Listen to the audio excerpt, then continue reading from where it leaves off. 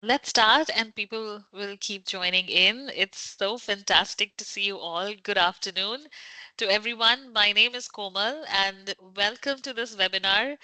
And I have wonderful Greg Bitgood here with me. And this webinar is about 7 steps to create your own will, last will, and testament for free at no cost. And we're going to learn so much today. As you know, I'm your host. My name is Komal. I'm from Tuktu Care, Canada's first on-demand care platform for seniors, for family caregivers, for people with special abilities who are looking for on-demand support, on-demand help. We are local, community-based help for seniors. That's who Tuktu is. We're based out of Vancouver, and we are all over Canada, and therefore we were able to offer this to our entire community, in our entire Canadian community. Let me introduce you to Greg and tell you a little bit about him. So, Greg, thank you again for your time and for offering your time today, for being with us. Greg is a certified executor advisor, and he is a part of AO Global Life, and he's here with us to help you create your last will and testament in just 7 simple steps. He has also partnered with No Cost Law, and he will introduce us to easy, very, very easy to use a will kit, kind of a ready to use kit that you can use to understand what kind of questions you will be asked to create that last testament and will. It is designed to help every Canadian secure their legacy with confidence. And why is it perfect for Tuktu community? Because our community comprises of seniors and their family caregivers who want to ensure that their future and their loved ones' future is protected. And more than that, their wishes are clearly documented. So, with no further ado, I welcome all of you, and I also welcome Greg. Thank you again, Greg. Why don't you, over to you? I mean, the floor is over to Sure. you. Thank you, Kamal. This is so wonderful. It's amazing to see all the people here that are here as well. And so that's really encouraging. Um, yeah, so I got into this not too long ago, actually. I'm a former school superintendent, and I worked with schools all over British Columbia as well as in Alberta. And then that kind of my job kind of shifted about 8 years ago, and so since then, I've been involved in a couple of different things. But the one thing I've really enjoyed is being involved with people and helping them get their last will and testaments and settling kind of their final life estate and coverage and things like that. So, you know, I don't know if I would have picked this direction, because sometimes people are saying it's like, is all you do is talk about people passing all day? Of course not. This is actually something that extends your life and your legacy to your family and friends. And so, in one sense, it's kind of almost the opposite of that. If we get ready for this, then it makes it so much better for our families. I come to this situation also with personally, where my own father passed away in 2008, and he passed away in what's called intestate, which means he did not have a will. And this created a lot of issues in my family, for my mother, real challenges. The estate, which is the culmination of everything that he owned or they owned together, just became quite messy to try and resolve some of those issues and work through those. So I remember then I determined in my own mind that's not going to happen to me or to my loved ones. And it's such a simple process to create a will and to actually have that set up for when that day comes. And so that's why I'm here. I'm here to help you all do that. Wonderful. Awesome. Thank you, Greg. So, I mean, what you're saying that everybody needs a will. Absolutely. So, generally, it's something we start to think about later in our lives. But I mean, I just had a call yesterday from a very close friend of mine, and he actually worked with a colleague, a younger woman. She was one of the she actually passed away just recently in a terrible auto accident on Highway 1. And it was, and so these things just, it can happen to anyone at any time in your life. And again, I don't want to focus on the fact that, the mortality of our lives are there, but, and I don't know her circumstances and the situation of that, but it just, everyone of the age of majority, which in British Columbia is 19, in Alberta is 18, in Ontario, I believe it's 18. And so when you're of that age, then you start to actually become a legal entity in our culture. And at that time, you should start to think about what happens to me if I pass away, and then what would happen to my estate, my possessions, the things that I've worked hard for. How do I pass those on? So anyone and everyone should have a will in Canada. There are more than 50% of Canadians that do not have a last will and testament. So again, we encourage you to do this. This is why we're doing it. That's awesome. What would you say, or when is the right age? When do people start thinking about it? Are there any life changes? How do they go about it? So all of the above is really what initiates the process. You turn 18 or 19 or 20, and you start to think about those things. So that's the age that you should start thinking about putting this together. I just sat yesterday with a young couple. They were 24 and 23, and they actually reached out to me to help do that. And they realized it's before they had children, and they wanted to kind of get those things in place and taken care of. Um, Anytime you have, and then once you create a will, you should also update that will frequently. Anytime you have a major change in your life, a loved one passes away, maybe one of the beneficiaries, or you add beneficiaries, you have children, or you have changes that you think, oh, I want to add my grandchild into this. Or so all of those are good opportunities to do that. And I think sometimes what prevents people from doing that is they are afraid of the cost, or they feel like it's going to be too hard to do that. And that's why we're here again today, just to show you how easy this can be. So I always thought that when I have to create my last will, I would need to go through a lawyer. Is that the case, or do I need a lawyer? I'm sure a lot of us think in the same manner. That's a great question, Kamal. And that's something that a lot of us holds us back because we just think, oh, I don't know if I can afford it. And then what happens is you end up not doing it and you put it off. And so let me say this. Um, I am not opposed by any means to you doing this with a lawyer, because most lawyers, not all of them, but most lawyers are trained in end of life issues like what needs to happen within a state and probating the estate and all of that. Most of them have like what we call boilerplate ways of doing that, or they'll have a person in the firm who takes care of those things. And that's really good to do. But you don't have to wait to do that. Other people will say, well, I need a notary public. That's someone who's officially designated by, the province you're in to actually sign and witness documents and do all that. And again, you don't have to have a notary public if you follow the steps we're going to do today.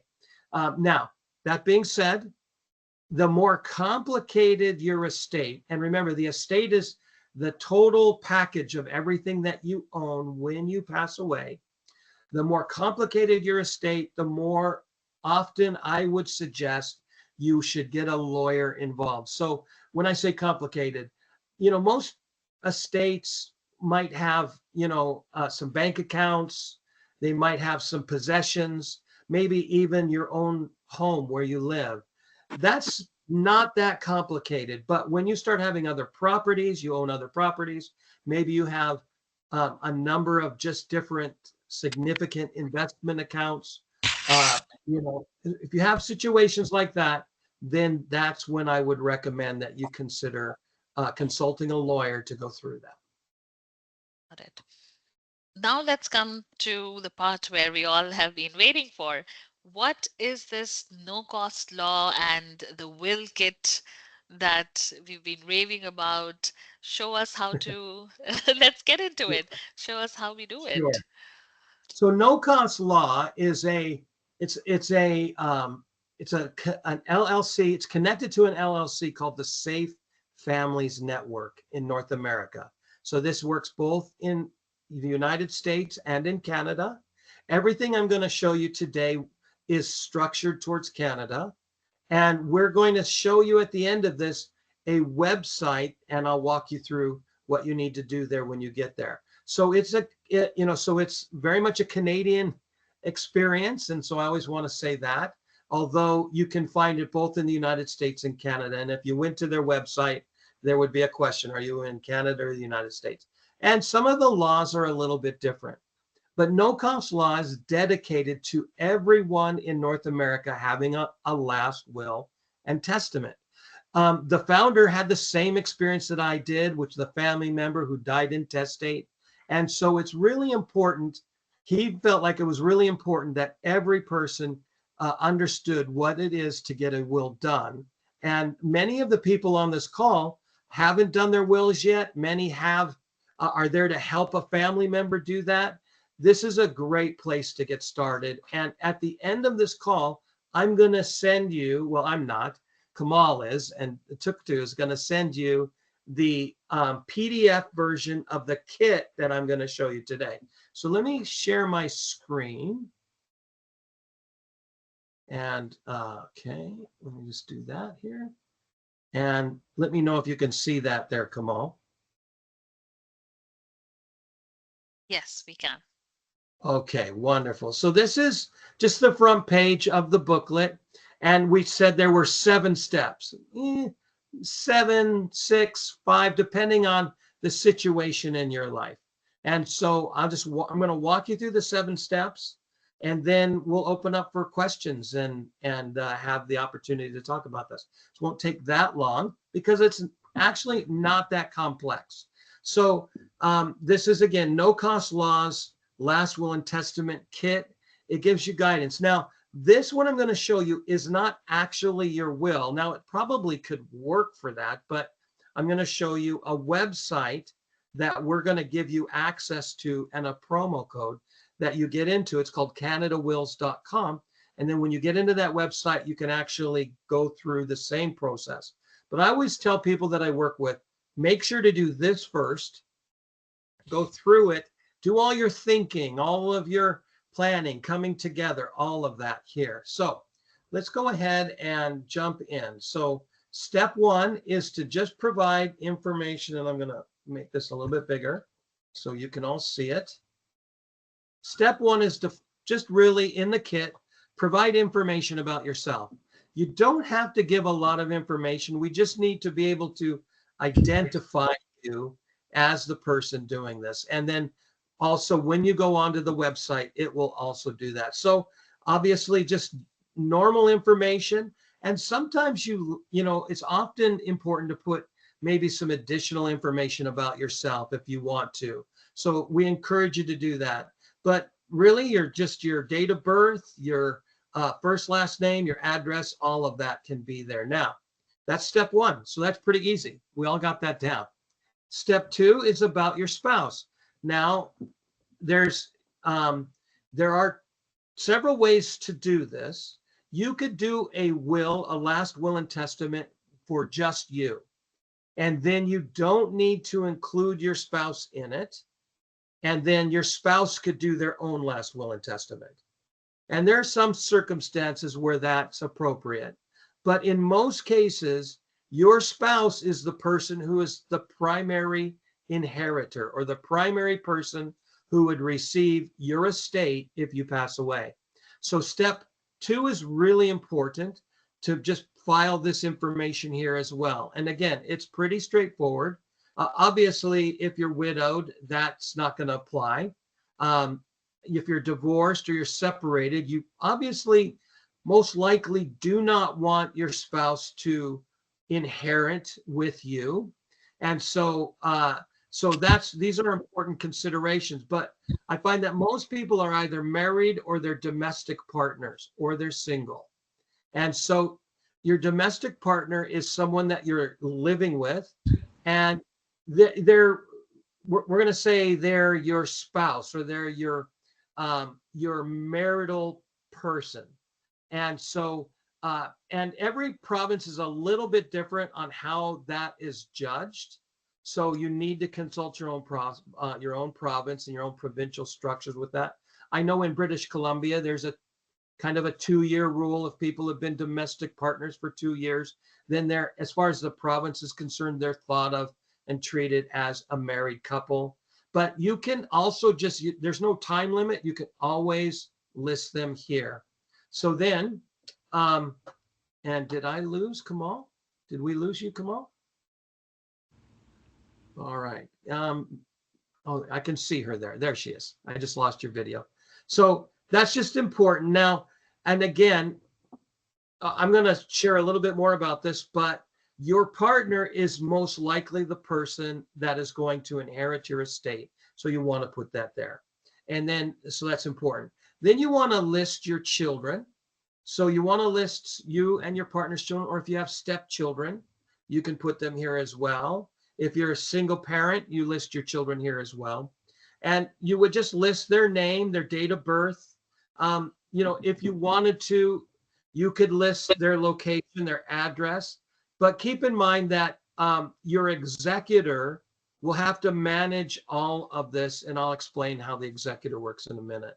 So you would just enter their situation, obviously, their date of birth and when they, if they're living or not.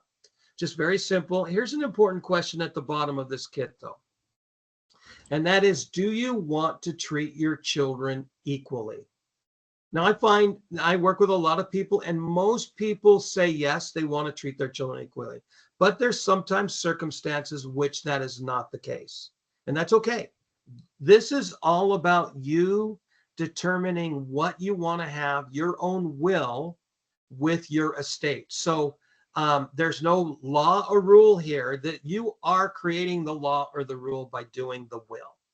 So this is your will and your desire to have this happen. So if you wanted one child to maybe inherit 50% of your estate and another child to inherit 25%, and then you were going to give 25% to someone else, you have every right to do that. And it's always important, though, to kind of give a bit of an explanation as why. And the reason for that is, if there's ever a situation where this is challenged, that the will, you're gone, but now your executor is having to manage this, and one of the children challenge it, if the more detail you put here, the better it is. And you could just simply say, as an example, my daughter had 2 grandchildren, and so I wanted to make sure she had more than my son who didn't have any children. That would be an example where something like that might happen, right? Or, so you just want to make sure that you're clear on that. And it can be kept private. Your beneficiaries, your children, most likely your children and your spouse, and then your children are going to be your beneficiaries. And it can be private until, of course, you pass away, and then the executor has to make it public. Okay. That's All a right. very So good that's, point. yeah, thank you. This is step 3. All right. So look, we're just rushing through it here. It's amazing. So now the next idea is, who is the guardian of your dependent children? Now, probably most of us on this call today are, maybe a little bit older. Tuktu serves the seniors communities, but you can be a senior and still have dependents. Or we may have family members here that are here to help seniors, and you may have dependents. There's no, by the way, if you're a family member here supporting your parent or your older friend, please note you as well should be thinking about getting your will and your family's will done as well. And so, please also learn and help, and that's just a great way to learn. Okay, so if you have children who are still minors, that means they're not the age of majority yet, then you need to think this through. Now, this can be a really challenging thing, particularly when you have your spouse and you may want to discuss or may have different ideas. So I always suggest make sure that you both come into agreement about this. Number one, make sure you do that. Number two, you want to talk to the person. I'm getting some feedback there, Kamal. You want to talk to the person who you're assigning as the guardian. You want to get their permission.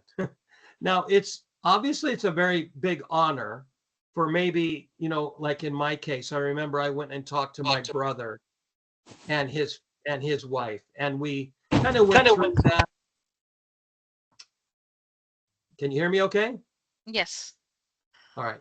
So, we went through that, and I went through with him and his wife. They were quite honored, and thank God that never happened. My children are all now grown and all of that, and both me and their mother did not pass away. Thank God. Um, Also, keep in mind that in almost all cases, if you were to pass away and you have children, then and your spouse is in picture, in almost all cases your spouse becomes their guardian. But I always suggest, what happens if both you and your spouse pass away?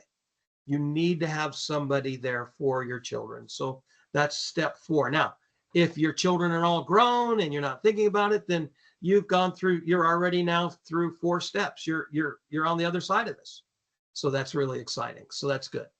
All right, the next person in here that is really important, and if anything, I would almost say this is the most important part, or at least the most important decision that you have to make. Obviously, how you divide your estate and all that's important. But this is, I think, the biggest decision, because this is about your executor. This is the person who is going to be representing you when you pass away. And it's going to be their job to manage your estate. This is everything that you have passed away, you own. It's their job to manage that. It's also their job to oversee and make sure that your funeral wishes are carried out. That's something that people don't realize, is that, oh, wait, my executor's in charge of that? I thought that would be my brother, or you can specify that someone else can take charge of that. But in every province, the executor is usually the one held responsible for that. So they would make sure, if you designated your brother to look after your situation, then it's their job to make sure that your brother does that, Wow. That's a because lot of responsibilities. it is a lot of responsibility. And here's interesting, Kamal. A lot of times people will appoint, maybe an oldest child, or oh, my niece, she's so sweet, she's so smart, and they appoint her as the executor, and people have no idea what they're getting into. Say, sure, auntie, I would love to help you if that ever happens. You're not going to die anytime soon. And then they're now the one responsible for auntie's entire estate, for Right. her remains, for closing things out, for probating the will, if she needs to probate the will, which probate means to take it and file it with the superior court. So there are a lot of steps that need to be taken care of. The executor also works very closely managing the estate on behalf of the beneficiaries. So these are the people who are going to receive the estate. So it's their job to kind of make sure that all of the things are done. They file the deceased's tax return. So when that person passes away, there's a tax return that needs to be filed. And then after the estate is distributed, there is another tax return that needs to be filed in Canada. Hmm. And if the person passed away before they filed last year's tax return, maybe it was in January or something, then they have to also ensure that last year's tax return got filed. So this can be a very big job. What And I'm so you hearing want, is, sorry, please go on. no, you go ahead. I'm saying, Sam, what I'm hearing is, Greg, that it is Probably a good practice that the person who's making their last will works very closely with the executor to also make him or her understand that these are your responsibilities and make sure that he or she is well aware of it and also ready for it so that there is enough peace of mind and readiness for whatever comes next. Absolutely. And so that's why I am what is known as a certified executor advisor.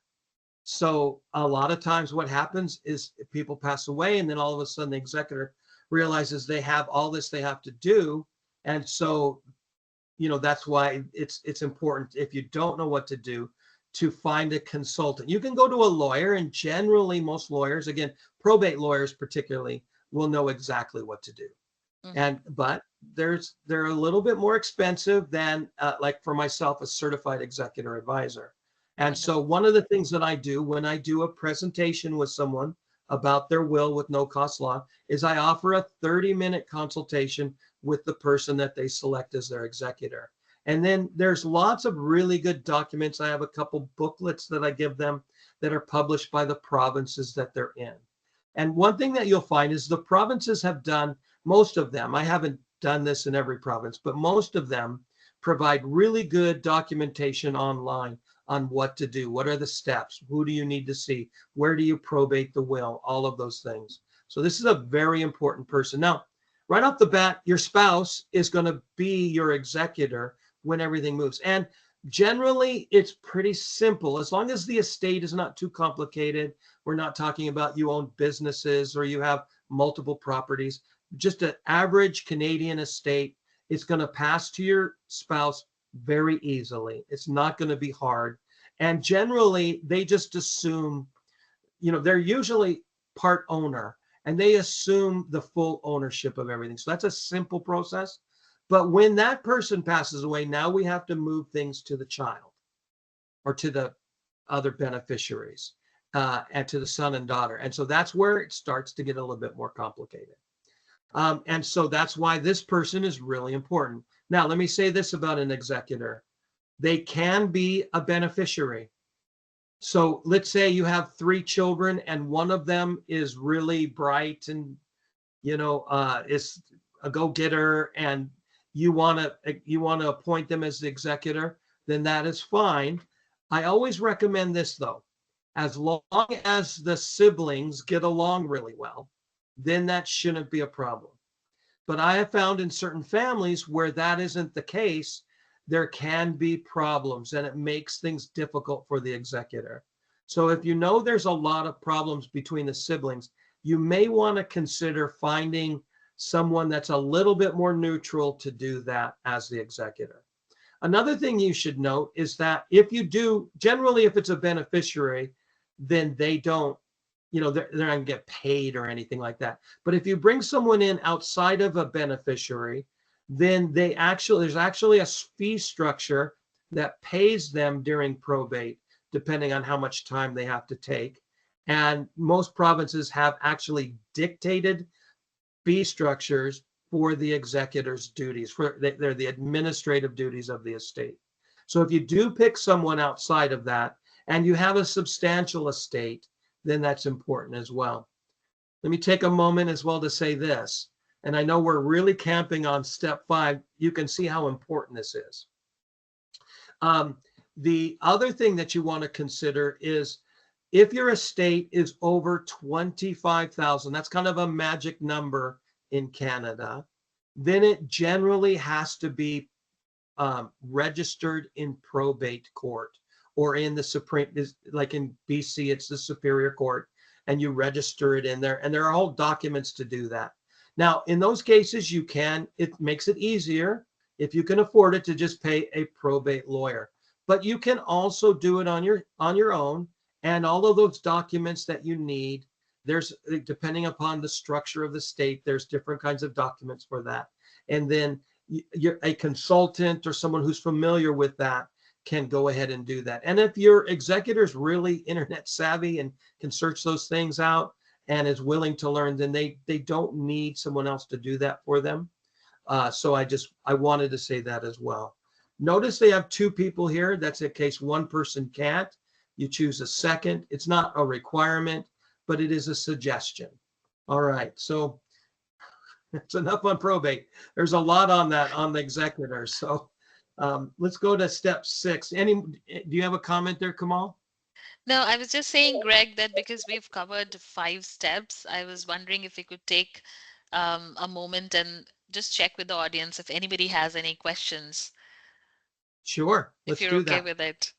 Yeah, and the Awesome. next steps are a little bit easier. So yes, so if you have questions, I would love to take some You know, we are questions. up on the hill, and then let's make sure everybody is with us. All right, that's So awesome. open to the audience. Any questions, comments, um, anything that comes to your mind?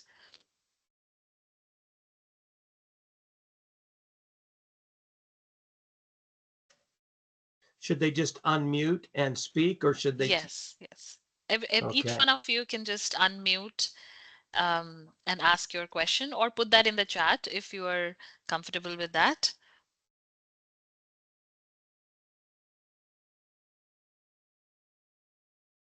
Awesome. It feels like everything is clear. Let's go to All step right. 6. I always say I'm either boring everybody to tears and they're asleep, or I've done such a great job explaining things they don't have questions. So Let's if you hear do, then write something. it down real quick. Write it down, and we want to have some time for questions at the end here. Yes, for sure. All right. The next step is okay. There we go. If you are separated, can you not? I'm sorry. Let me just see that real quick. If you're separated, thank So you. Can you if you not put the spouse on this will? Yes, you can. That's entirely up to you. So as a separated individual, you can put them on the will.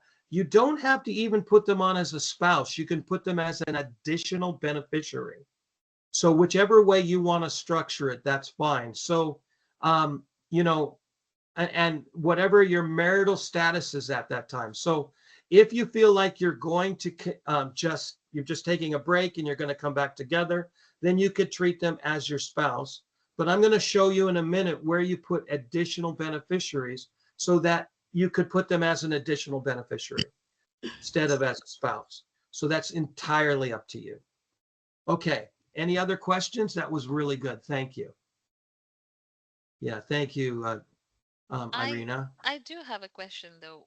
What's a difference between an executor and a power of attorney?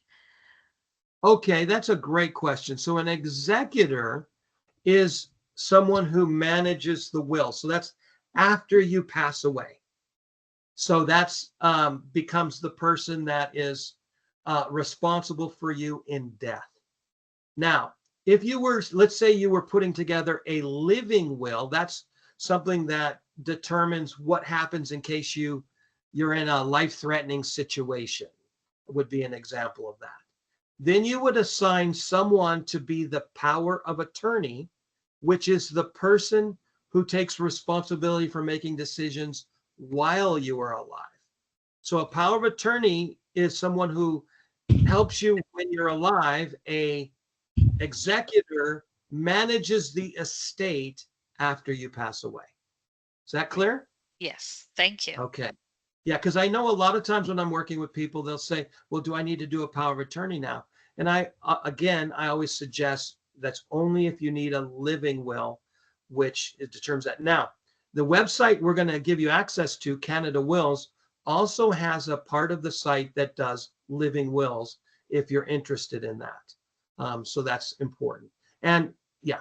Okay. So step 6 is specific bequests. Now, we all seen the movie where they all sit down in the room and then to you goes this and to you goes that and all that. And you could do that. You could set up your will like that. Most people don't.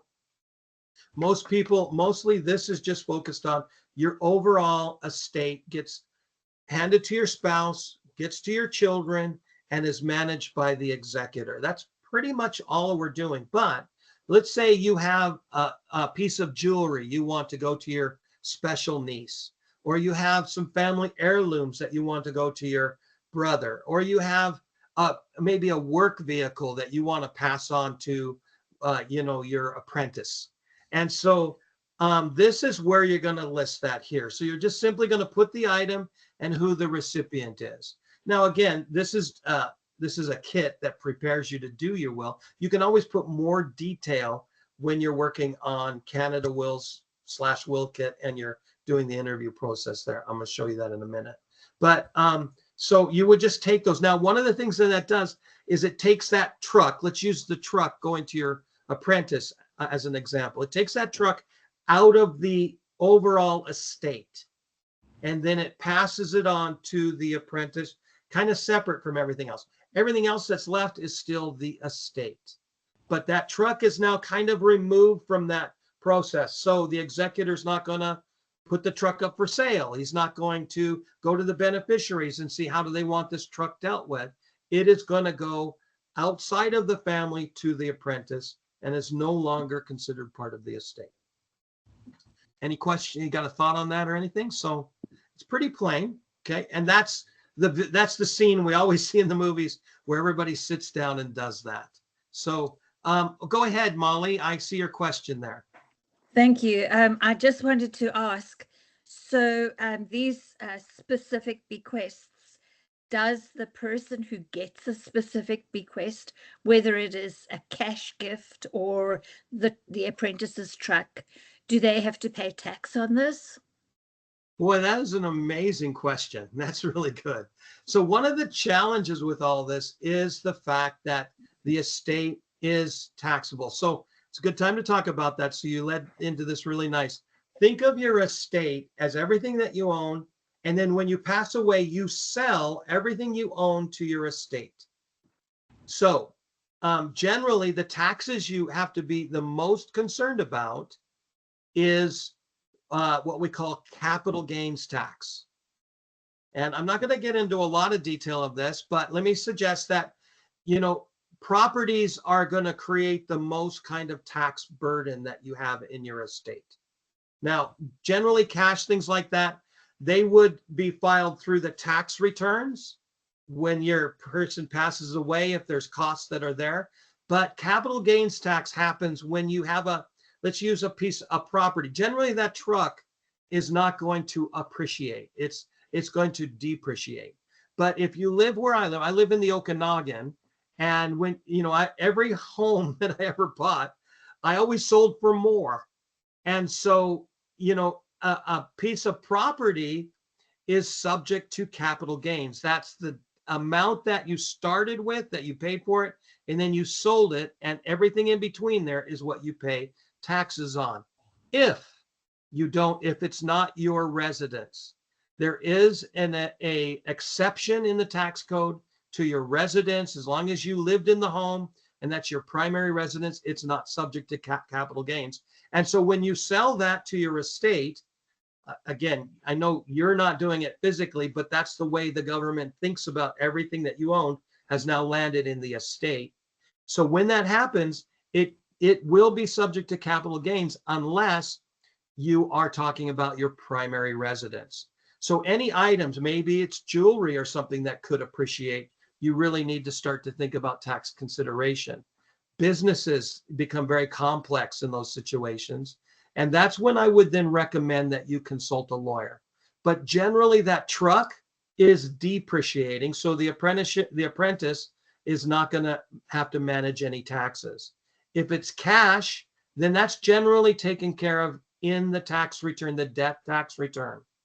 But again, that's, so when they pass that on to that individual. So now, does that help? Does that help you, Molly? Yes, it does. Okay. Thank you.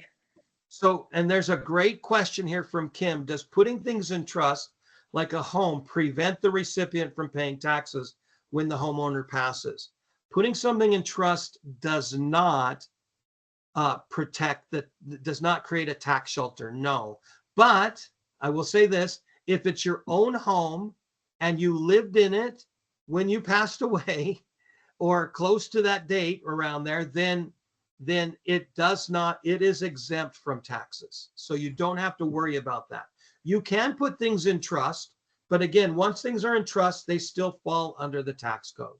A trust, which is a great question, by the way, Kim, is a legal device that puts a supervisor, someone in charge of the investment or the property.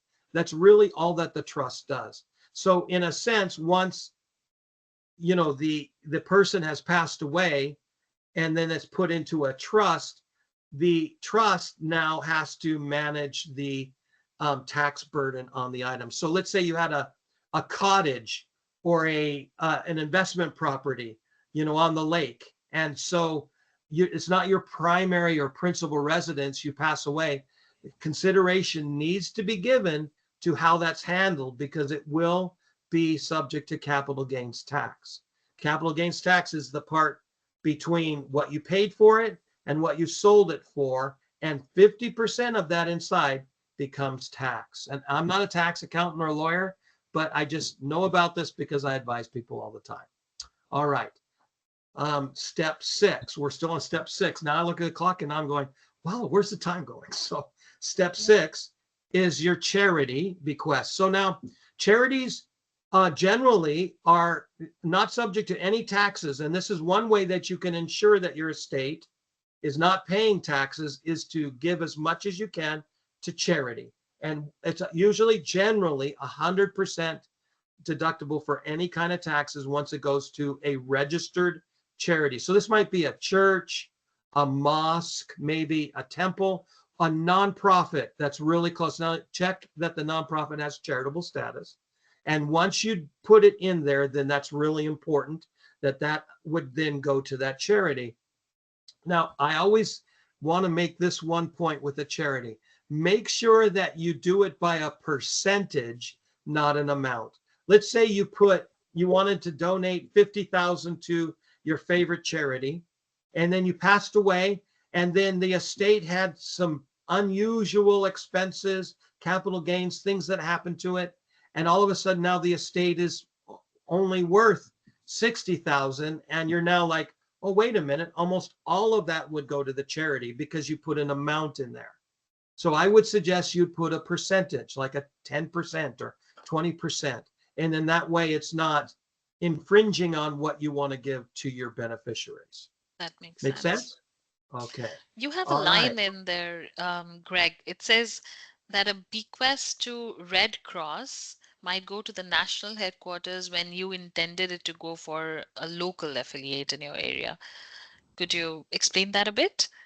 So the key to that is to be specific. So the Red Cross, like every charity, is what is known as a fiduciary. A fiduciary is responsible to receive funds and to make sure they go to the place that the donor intended them to go. So if you were to do that, make sure that you just say, the Red Cross in the Okanagan, please, nowhere else. And then when that's given to the Red Cross, they have to, by law, make sure that that goes to the Okanagan. And I'm not suggesting to just do it in the Okanagan because I live here. But if you wanted to, that would be great. So so you just need to be specific in that. That's a great question, Kamal. All right. So once you have a charity or you have those additional beneficiaries, this is all part of part 6, then you would just simply put their information here. Now, if you have more, and again, this is a kit. So if you have more people that you need to put in here, just follow this guideline and then you would be able to do that. And then when you get ready to actually go to the online interview process for setting up your will, you'll have that all there for you. All right. Step 7, important step. And again, people don't realize that this is something that your executor has to follow through on. All right. So this would be choosing whether or not you want to be buried or cremated. And if you have specific places that you want that burial to be, you could then put that in here. I'll say some more about this in a bit, but you can always put your, details here. I met with one lady and she was like, so I want to be cremated and I want my son to fly over a lake right where our cottage is, and he's a pilot, and to pour it out of there right at that specific spot. I actually did not have the heart to tell her that that's not legal. So you have to be careful. There are places you cannot distribute your ashes legally. And so the executor, you don't want to put them in a position by asking them to do something illegal because they now they have to make some pretty serious decisions with that. But this is where you would put that determination.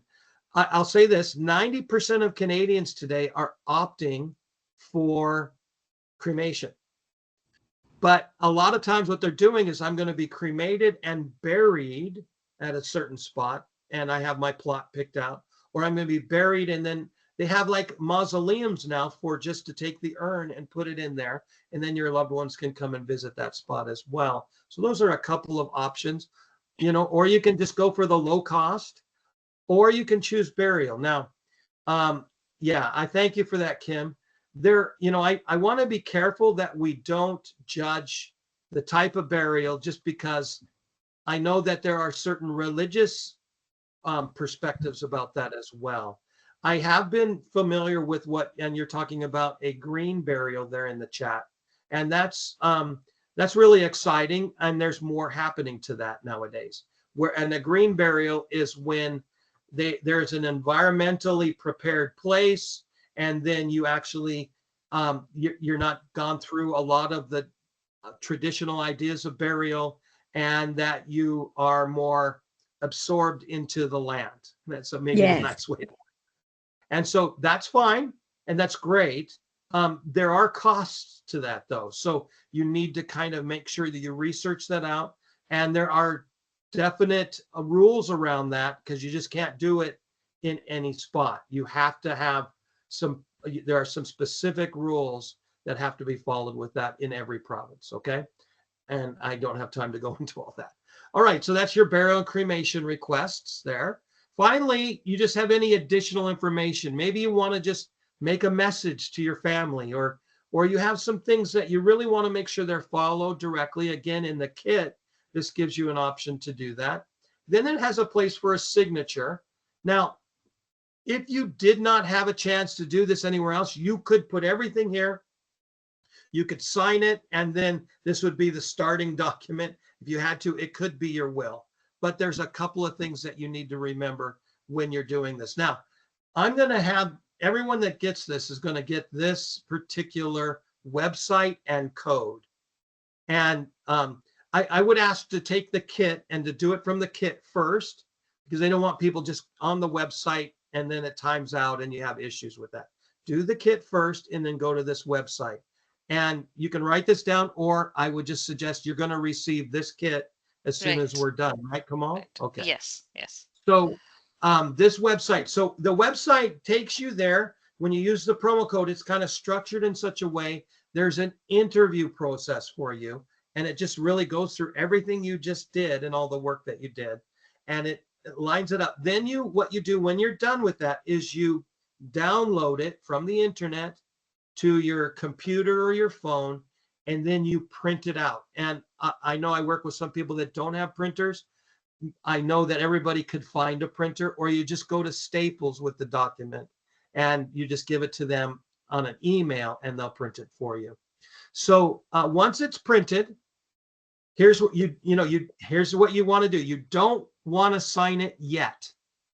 You want to get 2 witnesses. These are adults, and they're not your beneficiaries. You cannot get your beneficiaries to sign or witness your will.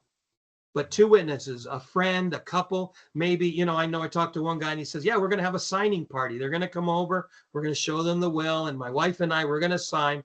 Then when you sign it, you put the date on it. That's very important. You date the will you signed, and then you get them to sign as witnesses. Then they put their contact information, their email, their phone number, and once you have 2 witnesses who have signed who have witnessed your signature and your dated signature, then you now have a legal will that is binding in every province in Canada. And so that's a great way to manage your will. One question that comes up is, what if I want to make a change? So I always recommend just go through this process again to make a change. That's the easiest way to do it. But you can always do like what's called a cortical, or an amendment to your will. And you can put that in there, but then you sign it, you date it, and then you get 2 people to witness it. And then you attach it to that legal document. Finally, I suggest that you make 3 copies, one for your executor, one for your own records, and one is the legal document that has the wet signatures on it, and put that in a safe place. Now, one question comes up is, do we have to register our wills? So there's no place, at least I know of in BC or Alberta, that they store it for you. They don't store it, but you can register it through Vital Statistics in BC, and I forget the name of the agency in Alberta, but it's the equivalent of Vital Statistics there. And then what they do is they say there that a will exists. You register that a will has been created, and then what happens is when someone is now trying to manage your will, the executor, and it's now going to probate, they need to do a search for that person's name and address to see if they've done a will before.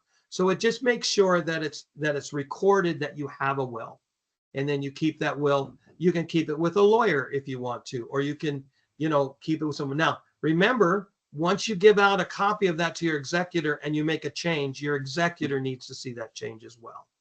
All Right. right, and there it is. So that's what we're gonna. That's the 7 steps to creating your last will and testament, Kamal. That is so great. We learned so much. Oh, wow. This was a power-packed session. Thank you. Thank you so much. We have around 8 minutes left, and I would now encourage the audience to ask any questions. We're here for 8 more minutes. The floor is yours. While we're waiting for a question to come in, let me put this up as well. Let me just do this. This is just, oh, hold on. I always do the wrong one there. Slideshow. So this gives my contact information. You're certainly welcome to that contact information. And I'm offering this for anyone on this call. Greg, if If you're you, showing something, we can still see the no-cost law will kit, and okay. I think you're trying to show a different slide. All right, let me show that here. Screen here. Window, and there we go. Tell me if you can see it now. Yes. All right, so, and it's real high tech here. I just threw this together really quick. This is my credential. So I'm also a licensed insurance agent in all 3 Western provinces, Saskatchewan, Alberta, and just awaiting my license in Ontario. And so, so what we do is I do a consultation with you. This is available to anyone. And you could either reach out to Kamal or you can reach out to me through my email or my phone number. Both of these are my emails. And what we do is I would go through this with you as an individual. So I'd go through your last will and testament with you. We can talk some things through. No cost, because this is through no cost law. And then we also have some other benefits that are no cost. This is really important, a family info guide.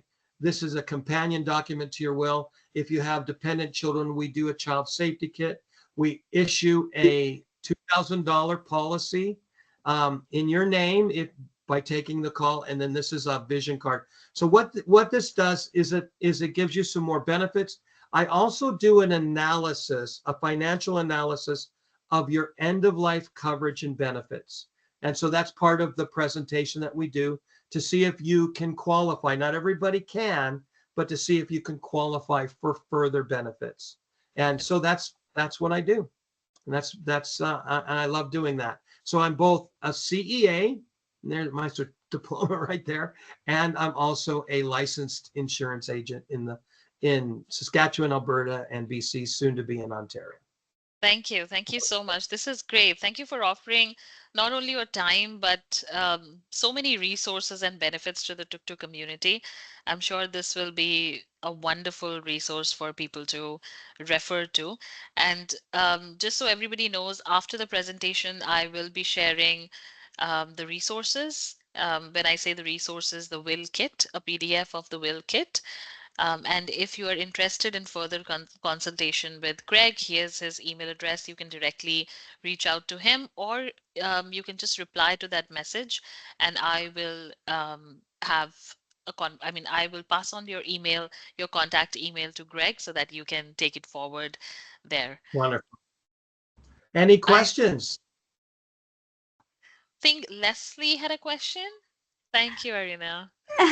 Yes, really appreciated for Greg give us so many useful information. But this is the first time for me to know about it, so I think that I have to take a bit of time to take a For look. sure. What is my personal questions before I reach out for the free consultation of Greg to know a little bit more. Yeah, For thank you. sure. Please take your time. This was a lot of, it was, as I said, a power-packed presentation, but we learned a lot. We learned a lot. Thank you. I mean, that will kit is a lifesaver because there's so much to do, so many documentations, so many terms, so many things that you have to keep in mind. Not only the legal aspects, but also the human aspects after you are not there. So thank you for bringing a very holistic picture of what is a last will and last testament. While we all are here and we're just left with 4 minutes, Greg, if you could take down that slide, I would just request everybody or people who are okay to just turn on their camera so that I can see their beautiful faces and say thank you. And just so you know, whoever is camera ready, I'm sure most of you are. And this was a recorded webinar. Hey John, this was a recorded webinar, and I will be sharing the recording as well. Great, and feel free to share it on your socials, what you learned, spread awareness about this. I'm sure a lot of people are looking to benefit from this. I'm so happy to see all of the wonderful faces. Yay! Thank you so much, everybody. Thank you. Have a wonderful week ahead. Happy Friday and happy weekend. Thank you again, Greg. You're awesome. Thank you, guys. I really appreciate it. This was the favorite thing for me to do in this whole month. It's just exciting. Thank you. You're welcome. Awesome. Thank you again. Really, thanks a lot. Bye-bye. Bye. Yeah, bye Bye, bye. everyone.